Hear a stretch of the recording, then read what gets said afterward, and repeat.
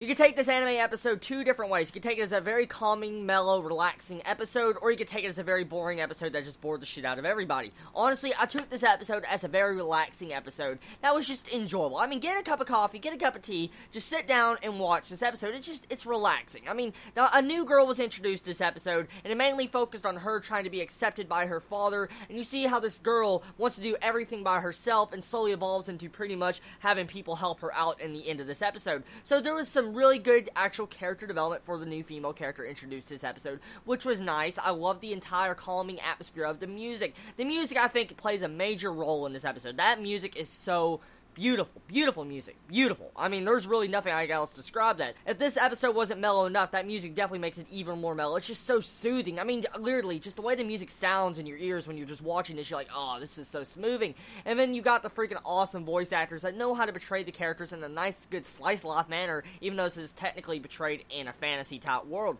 Also, we do get a little bit of development with Logy as a character. We see that he looks at our new girl that is introduced this episode and says that she has a lot more time than him. And so, what does this exactly mean? What exactly was Logy meaning in that statement? Now, I want to take this as different terms, okay? I remember someone saying a couple of reviews back, saying in the comments that this world is set on a certain timer. Like, every individual object has a certain time limit. So I'm guessing Logy's time is almost out. He's about to die. Is that what that means? Either way, it's very interesting. I like the way they tried to hint at some form of foreshadowing. But really, so far from this anime, what have I actually seen? Would I recommend this anime still from how many episodes I've seen into it?